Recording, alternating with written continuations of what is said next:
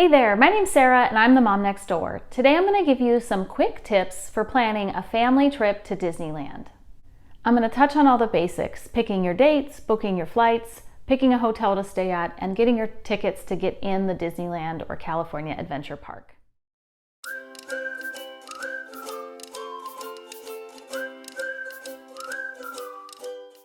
Let's start with picking your dates. Here's a couple things to think about. If you're planning to go to Disneyland over summer vacation, consider when your kids get out of school and when they go back, and compare that to when the California kids that live local to Disneyland get out of school and go back. So I found that our kids go back to school a couple weeks after the kids that live local to Disneyland. So we ended up planning our trip in that time frame after all the local kids are back to school, and we hit the park mostly on weekdays. If you plan on doing a longer trip for like a week, I encourage you to consider traveling Tuesday to Tuesday. Tuesdays are typically cheaper days to fly on. So when you add up all the savings of buying tickets for everyone in the family and flying on Tuesday to Tuesday, we saved enough money that we were able to stay 1 or 2 nights longer than we originally planned on staying, and it still was less expensive. Let's talk about booking your flight.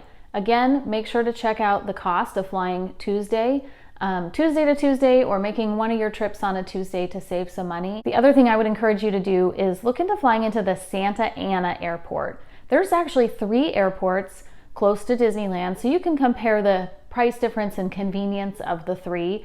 Most people fly into LAX. It's a really big, busy airport.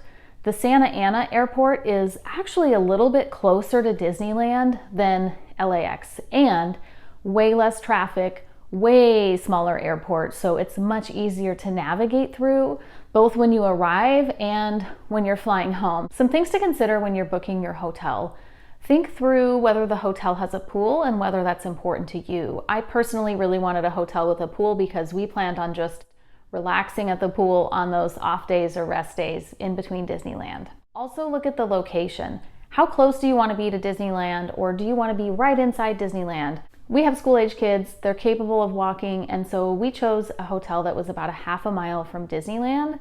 One thing that we really liked about this hotel is that it had the free breakfast every morning, so that we could get up, run downstairs really quick to grab breakfast and eat it, and then head on with our day fueled up and ready to go.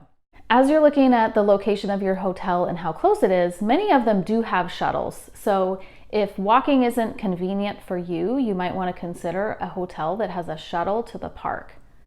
You also want to consider that however close your hotel says it is to Disneyland, it's probably almost a half a mile further than that. You walk a half a mile and that's where it's marked on the map as the entrance into Disneyland. But you're really walking through this big parking area where shuttles and buses are dropping people off. Then you walk up to a security booth and you go through security, and then you walk through another big open area and you can go either into Disneyland or California Adventure. Our hotel was a half a mile to Disneyland. So by the time you walk through all of those areas, it was really a mile until you were inside of the park you wanted to be inside of. Because we had a mile walk each way from the hotel we chose to stay at, I think that was another reason why we didn't go back to the pool in the afternoons like we thought we might, because it was a lot of time and energy to walk all the way back to the hotel and then all the way back to Disneyland. Had we stayed in a hotel right inside Disneyland, we might have gone back to the pool more often because it would have been so convenient. Let's talk about buying tickets into the Disneyland park. You definitely want to buy your Disney park tickets ahead of time.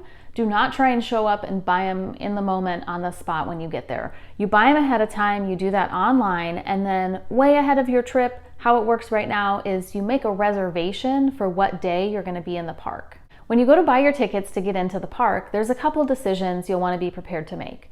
One, which park do you want to go into? Disneyland, California Adventure, or do you want a park hopper?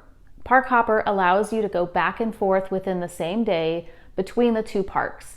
You'll also have the opportunity to add Genie Plus onto your park ticket. If you can afford it, I would highly recommend Genie Plus. We were very thankful we had that. I am going to make another video highlighting some tips and tricks for using Genie Plus. You'll save hours of time. You'll go on probably at least twice as many rides with Genie Plus as you would get without it, and you'll get some fantastic photos. All the photos from the rides that they take, and all the photos the photographers in the park take, which I would suggest you take advantage of that and ask them to take your photo whenever you get the chance.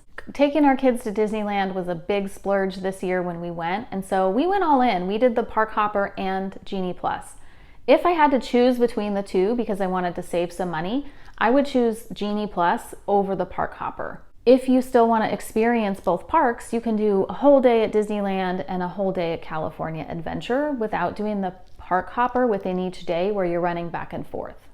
You're also going to save some time and energy by not going back and forth between the two parks and by really focusing on one park at a time. When it comes to actually booking your trip, actually making those purchases and making your reservations, I purchased our trip through Costco. I did consider using a travel agent, but I like to do that kind of stuff myself. I had fun with it, and I felt like Costco made it really easy. So go to the Costco travel website, search Disneyland, and there's some packages in there. For the deal going on this summer, everyone that traveled with us got a special lanyard and a special pin for traveling through Costco, and we also got a gift card into the Disneyland park and stores. When you first look at the packages, you'll see those Disneyland hotels listed, and the Disneyland tickets can be purchased through Costco as well. If you search and dig a little bit deeper, you can actually find dozens of different hotels that you can make reservations at through Costco. You're not limited to just those couple hotels you see on the first screen. Thank you so much for watching this video on tips for planning your vacation to Disneyland. I hope that you have the vacation of your dreams. Watch for my other videos, including tips and tricks for using Genie Plus and tips for actually visiting Disneyland.